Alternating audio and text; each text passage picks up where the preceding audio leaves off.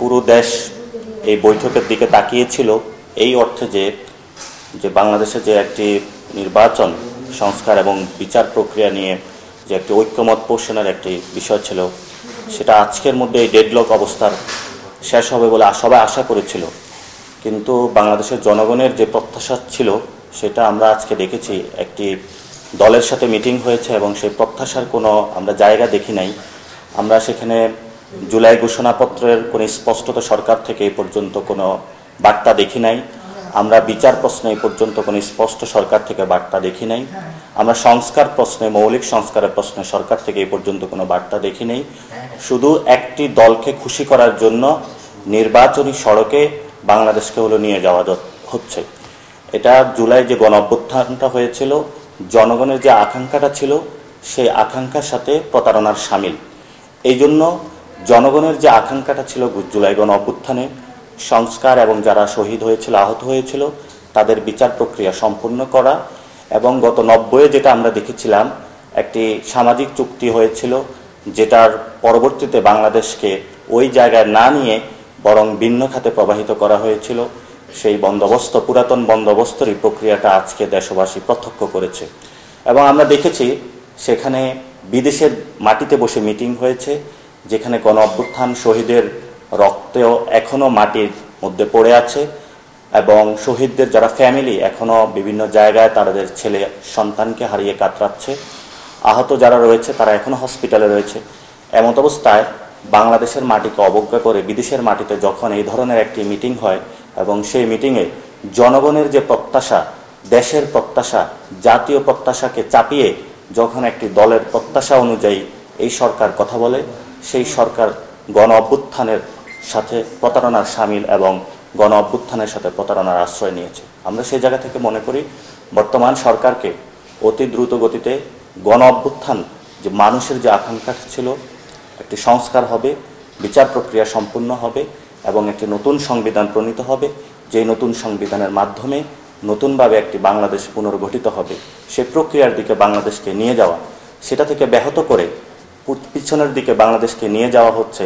এই ক্ষেত্রে এনসিপি মনে করে বাংলাদেশকে সামনের দিকে এগিয়ে নিয়ে যেতে হলে যদি এই সরকার ব্যর্থ হয়, তাহলে হয়তো আমাদের সেকেন্ড রেভলিউশন বা নতুন একটি গণ অভ্যুত্থানের আমাদেরকে জন্ম দিতে হবে, যেই গণ অভ্যুত্থানের মধ্য দিয়ে বাংলাদেশের যে নতুন একটি বন্দোবস্তের আমরা স্বপ্ন দেখিয়েছিলাম 5 তারিখে, সেই স্বপ্নের পূর্ণাঙ্গ বাস্তবায়ন আমরা করতে পারব।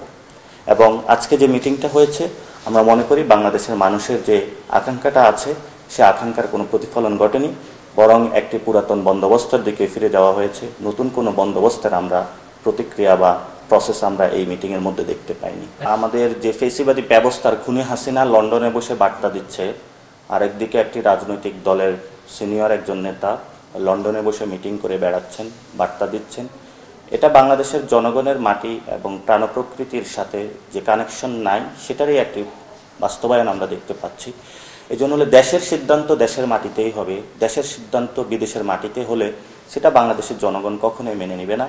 এবং এই সিদ্ধান্ত যেটা হয়েছে, সেই সিদ্ধান্তের ক্ষেত্রে আমরা সরকারকে আহ্বান জানাবো, আপনারা দেশের জনগণের সাথে বসুন, মানুষের সাথে বসুন, গ্রামে গঞ্জে যান, মানুষ কি বলে, কেন তারা শহীদ হয়েছিল, আহত হয়েছিল, তাদের যে বেদনা, সেই বেদনার যে আশা আকাঙ্ক্ষা, সেটা যদি আপনারা উদ্ঘাটন করতে পারেন, তাহলে হয়তোবা আপনারা জুলাই ঘোষণা, বিচার প্রক্রিয়া, সংস্কার এই বিষয়গুলো নিয়ে সক্রিয় হবেন। এনসিপি জুলাইয়ের যে ঘোষণাপত্র এবং বিচার প্রক্রিয়া, সংস্কার, মৌলিক সংস্কার এবং নির্বাচন কমিশনের যে পুনর্গঠন রয়েছে গণতান্ত্রিক প্রক্রিয়া উত্তরণের জন্য, এই বিষয়গুলো যদি সম্পূর্ণ না হয়, হয়তোবা আমরা একটি গণ অভ্যুত্থানের দিকে যাব, আমরা নির্বাচন প্রক্রিয়াতে অংশগ্রহণ করব না। এবং আমরা পূর্বাবার অনেক আগেই থেকেই বলে আসছি, যেটা বাংলাদেশের একটি কাঠামোগত যদি বিন্যাস না হয়, শুধু রাজার পরিবর্তে রাজা, রানীর পরিবর্তে রানীর যদি পরিবর্তন হয়, সে পরিবর্তন এনসিপি বিশ্বাস করে না। যেহেতু গণ অভ্যুত্থানের অগ্নিগর্ভ থেকে রাজনৈতিক দলটির জন্ম, সেই জন্য মানুষের কাছে আমাদের কমিটমেন্ট রয়েছে। বাংলাদেশের মানুষকে আমরা বলবো যে আপনারা যেভাবে গণ অভ্যুত্থানে এসেছিলেন, ভবিষ্যতেও লড়াইয়ে এনসিপি আপনাদের সাথে থাকবে এবং আপনাদের যে মুক্তির আকাঙ্ক্ষা, একটি নতুন সংবিধান, সেটা বাস্তবায়ন না হওয়া পর্যন্ত আমাদের এই লড়াই আমরা চলমান রাখবো। নির্বাচনে যদি জনগণের আকাঙ্ক্ষাটা প্রতিফলিত না হয়, আগেও কিন্তু নির্বাচন হয়েছিল জনগণকে পাশ কাটিয়ে, জনগণের আকাঙ্ক্ষাকে পাশ কাটিয়ে, এবং অনেককে গুম করা হয়েছিল, খুন করা হয়েছিল। তো আমাদেরকেও যদি গুম করা হয়, খুন করা হয়, জনগণকেও যদি এই ধরনের অত্যাচার চালানো হয়, এটা বাংলাদেশে অতীতেও সম্ভব হয় না, ভবিষ্যতেও সম্ভব হবে না। এই জন্য জনগণের যে ম্যান্ডেট, জনগণের যে আকাঙ্ক্ষা, এটা রাষ্ট্র পরিচালনায় যারা রয়েছেন, সরকার পরিচালনায় তাদেরকে অবশ্যই ওই পথে আসতে হবে। এই পথে ব্যর্থ হয়ে গিয়ে তারা বাংলাদেশে কোনো কিছু করতে পারবে না। বাংলাদেশের মানুষ 47-ও এই ঐতিহাসিক লড়াইয়ের অভূতপূর্ব পরিচয় দিয়েছিল, 71-ও দিয়েছিল, 24-ও দিয়েছিল, 90-ও দিয়েছিল। তো ভবিষ্যতে যে লড়াইটা হবে, এই লড়াইটা আরও তীব্র হবে। এই লড়াইয়ের মধ্য দিয়ে বাংলাদেশের ভবিষ্যৎ পথও খুঁজে পাবে। এবং সেই ক্ষেত্রে সেকেন্ড রেভলিউশনের যে কথাটা আমরা বলছি, বা নতুন করে গণ অভ্যুত্থান, আমরা চাই দ্রুত গতিতে বাংলাদেশ গণতান্ত্রিক পথে উত্তরণ ঘটুক। সেটার ক্ষেত্রে ফেব্রুয়ারিতে ইলেকশন হলো নাকি হলো এপ্রিলে হলো, এটা ফ্যাক্ট না। আমাদের কাছে ফ্যাক্টটা হলো যেগুলো জুলাইয়ের ঘোষণাপত্র, বিচার সংস্কার প্রক্রিয়া এবং সাংবিধানিক যে নির্বাচন কমিশনটা রয়েছে, সেটা পুনর্গঠনের মধ্য দিয়ে শেখ হাসিনার ফেসিস্ট রিজিমের যে কালো আইনগুলো রয়েছে সেগুলো বাতিল করে নতুন একটা ব্যবস্থার দিকে যাত্রা। এই নতুন ব্যবস্থার দিকে যাত্রা না করে যদি আমরা সেই শেখ হাসিনার পথেই যদি পথে তৈরি করা হয়, সেটা বাংলাদেশের জন্য একটি গভীর সংকট এবং আসন্ন সংকট। সেই জায়গা থেকে আমরা জনগণকে বলবো যে আপনারা মানুষের কাছে যেভাবে হলো মানুষ হিসাবে গণ অভ্যুত্থানে আপনারা বাংলাদেশের মাটি মানুষের টানে যেভাবে নিজেদের সন্তানকে বিলিয়ে দিয়ে নিজেদের মা বোনদের যেভাবে রাস্তায় এসে একটি ঐতিহাসিক লড়াই করেছেন, আপনাদের সাথে ভাগ্য কপালে হয়তোবা এই ধরনের আরেকটি লড়াইয়ের প্রস্তুতি রয়েছে, সেটার জন্য আমরা সবাইকে প্রস্তুত নেওয়ার জন্য আহ্বান জানাবো।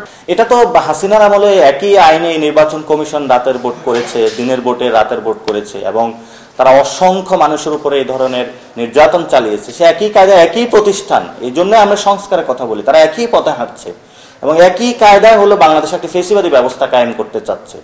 এটা আগেও তাদের যেমন লেজিটিমেসি ছিল না, এখনো নাই, যদি না একটা সংস্কার প্রক্রিয়ার মধ্য দিয়ে না যায়। এজন্য সংস্কার প্রক্রিয়া সম্পূর্ণ হলে ইসি ইলেকশন ডেট ঘোষণা এবং আরপিওগুলো সংশোধনের মধ্য দিয়ে ঐক্যমত কমিশনে যে নির্বাচন কমিশন নিয়ে যে প্রস্তাবনাগুলো এসেছিল, সেই প্রস্তাবনার দিকে ভিত্তিতে যদি নির্বাচন সম্পন্ন করে তখনই গণতান্ত্রিক পথে উত্তরণ ঘটবে। এর পূর্বে বাংলাদেশের গণতন্ত্রের প্রক্রিয়া উত্তরণ ঘটা সম্ভব নয়। আমরা কিন্তু যে আরিফাদি বললেন, প্রাথমিকভাবে ইতিবাচকভাবে নিয়েছি মিটিংটা হওয়াটাকে, কারণ আমাদের দেশে তো আলাপ আলোচনার কোনো সংস্কৃতিই ছিল না, সেখানে এটা হচ্ছে, সেই দিক থেকে অবশ্যই এটা গুরুত্বপূর্ণ। কিন্তু এখানে কয়েকটা বিষয় আমরা লক্ষ্য করছি, যেটা প্রথমত একটা ব্যাপার হচ্ছে জাতীয় ঐক্যমত্য কমিশনে কিন্তু আলোচনা হচ্ছে। যে প্রশ্নগুলো আপনারা তুললেন যে জাতীয় ঐক্যমত্য কমিশনে এখন আলোচনা হচ্ছে, সেখানে আলোচনাটা হচ্ছে যে কি কি সংস্কার হবে এই প্রশ্নে দলগুলো এখন ঐক্যমত্যের পর্যায়ে আছে। দ্বিতীয় দফায় আসলে আলোচনা হবে যে কি পদ্ধতিতে আমরা সংস্কারগুলো বাস্তবায়ন করব। তো 6টা পদ্ধতির আপনারা জানেন যে স্প্রেডশিট যেটা তারা দিয়েছে কমিশন, সেখানে 6টা পদ্ধতির কথা বলা আছে। কিন্তু এখানে আমরা একটু আশ্চর্য হয়েছি এবং কিছুটা মানে উদ্বিগ্ন হয়েছি যে প্রধান উপদেষ্টা তার ঈদের আগের দিনের যে বক্তব্য, সেখানে তিনি বলেছেন যে নির্বাচিত সংসদ মানে পরবর্তী সংসদের প্রথম অধিবেশনে সংস্কার বাস্তবায়ন হবে। এই কথাটা তিনি যেন রাজনৈতিক দলগুলোর কাছ থেকে এই প্রতিশ্রুতি যেন জনগণ নিয়ে নেয়, তিনি এই আহ্বান জানিয়েছেন। 1 নম্বর কথা। দ্বিতীয় কথা হচ্ছে তিনি লন্ডনে চ্যাথাম হাউসের যে তার যে বৈঠকটা ছিল, সেখানে তিনি বলেছেন যে গণভোট একটা অর্থহীন ব্যাপার। এই দুটো জিনিস আমরা নিন্দা জানাই। এই কারণে নিন্দা জানাই যে আমরা এখনো কি পদ্ধতিতে সংস্কার হবে এটা কিন্তু এখনো ইয়েট টু কাম, এটা এখনো আলোচনা হয় নাই। কিন্তু আপনি 6টা পদ্ধতির মধ্যে একটা পদ্ধতিকে ইতিমধ্যেই খারিজ করে দিচ্ছেন। এবং খেয়াল করতে হবে যে ডক্টর মোহাম্মদ ইউনূস কিন্তু শুধুমাত্র প্রধান উপদেষ্টা নন, তিনি জাতীয় ঐক্যমত্য কমিশনের সভাপতি। জাতীয় ঐক্যমত্য কমিশনের সভাপতির জায়গা থেকে তিনি যখন একটা পদ্ধতিকে ইতিমধ্যেই খারিজ করে দিয়েছেন যে গণভোট অর্থহীন, এবং তিনি আবার একটা পদ্ধতির প্রতি পক্ষপাত জানিয়েছেন যে নির্বাচিত সংসদে সংস্কার হবে, তাহলে এই যে জাতীয় ঐক্যমত্য কমিশনের সকল দল মিলে আলোচনা হচ্ছে, এইটাই কিন্তু তিনি এক ধরনের অর্থহীন মানে করে ফেলেছেন এই ইতিমধ্যেই তার এই বক্তব্যগুলোর মধ্য দিয়ে। তা আমাদের আহ্বান থাকবে যে তারা যে নির্বাচনের রোডম্যাপ নিয়ে বা নির্বাচনের তারিখ আগানো পেছানো নিয়ে লন্ডনে যে আলোচনা হয়েছে, এটা যেটুকু হওয়ার হয়েছে সেখানে দুটো শর্তের কথা এসছে, যে পর্যাপ্ত প্রস্তুতি সম্পন্ন হওয়া, এর পাশাপাশি যে বিচার এবং সংস্কার প্রশ্নে দৃশ্যমান অগ্রগতির সাপেক্ষে এই ডেটটা ভাবা যেতে পারে, এরকম একটা কথা এসছে। তা আমরা আহ্বান জানাবো যে এটা আপনারা যদি এর মধ্যে, আমরা আগেও বলেছি যে ডিসেম্বর থেকে জুনের মধ্যে যে কোনো সময়ে যদি নির্বাচন হয়, জুলাই ঘোষণাপত্র, জুলাই সনদ, ইসি পুনর্গঠন, অর্থাৎ একটা রাষ্ট্রের একটা মৌলিক সংস্কারের ভিত্তিতে যদি এই সময়ের মধ্যে নির্বাচন হয় আমরা কখনোই আপত্তি করি না, এখনও করছি না। কিন্তু আমরা প্রধান উপদেষ্টার প্রতি আহ্বান জানাবো যে আপনি দেশে এসে অবিলম্বে আপনার এই বক্তব্যটা প্রত্যাহার করবেন যে আপনি বলেছেন যে নির্বাচিত সংসদে সংস্কার হবে এবং গণভোট আসলে অর্থহীন। এটা আপনি আগে থেকে বলে দিতে পারেন না। এতে করে জাতীয় ঐক্যমত্য কমিশনের আলোচনার পরিবেশটাই আসলে এক ধরনের প্রশ্নবিদ্ধ হচ্ছে কিংবা অনিশ্চয়তার মধ্যে পড়ছে বলে আমরা মনে করছি। এছাড়াও আপনি যেটা প্রশ্ন করেছেন ইসি নিয়ে, এই ইসির নিরপেক্ষতা যে প্রশ্নবিদ্ধ, এটা কিন্তু এমনকি উচ্চ আদালতের আপিল বিভাগের প্রধান বিচারপতির নেতৃত্বে যে বেঞ্চ গঠিত হয়েছিল সেই বেঞ্চও মন্তব্য করেছেন যে আপনারা কিভাবে নিরপেক্ষ নির্বাচন কিভাবে করবেন। এবং ইসি সংস্কার প্রস্তাব, নির্বাচন সংশ্লিষ্ট যে সকল সংস্কার প্রস্তাব আছে এই সংস্কার প্রস্তাবগুলোর আগ বাড়িয়ে বিরোধিতা ইসি অনেক আগে করেছে। তারা বলেছে যে এই সংস্কারগুলো লাগবে না, যেটা আমরা তাৎক্ষণিকভাবে প্রতিবাদ করেছিলাম। আমরা মনে করি যে এই কথা ইসি বলতে পারে না, বরং এই নির্বাচন ব্যবস্থা সংস্কার কমিশন যে সকল প্রস্তাব দিয়েছে সংস্কারে সেই সুপারিশগুলো তাদেরকে বাস্তবায়ন করতে হবে। কোন কোন সংস্কারগুলো, এবং তার মধ্যে সরকার আবার কিছু জিনিসকে আশু বাস্তবায়নযোগ্য হিসেবে চিহ্নিত করেছে, তো সেগুলো বাস্তবায়ন হতে হবে। 2022 সালের এই কালাকানুন, যেটাকে তখন বিএনপি সহ সকল দল বলেছিল যেটা একটা বাকশালী আইন, নির্বাচন কমিশনের আইনটা, এবং বিএনপির 31 দফার 7ম দফায় আছে যে তারা এই আইন সংস্কার করতে চায়। তাহলে এখন কি আমরা আশা করব যে আপনারা নির্বাচনে আগে একটা দল জয়ী হবে তারপর তার সংসদে গিয়ে আপনি এই আইন সংশোধন করবেন, নাকি সংশোধিত আইনের ভিত্তিতে নির্বাচন হবে? এটা একটা গুরুত্বপূর্ণ প্রশ্ন।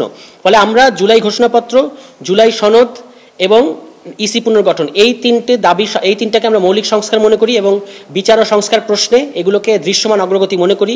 এর সাপেক্ষে যদি ডিসেম্বর থেকে জুনের মধ্যে যে কোনো ডেট সকলে আলোচনা মিলে ঠিক করা যায়, সেটাতে আমাদের কখনো আপত্তি ছিল না, এখনো আপত্তি নাই।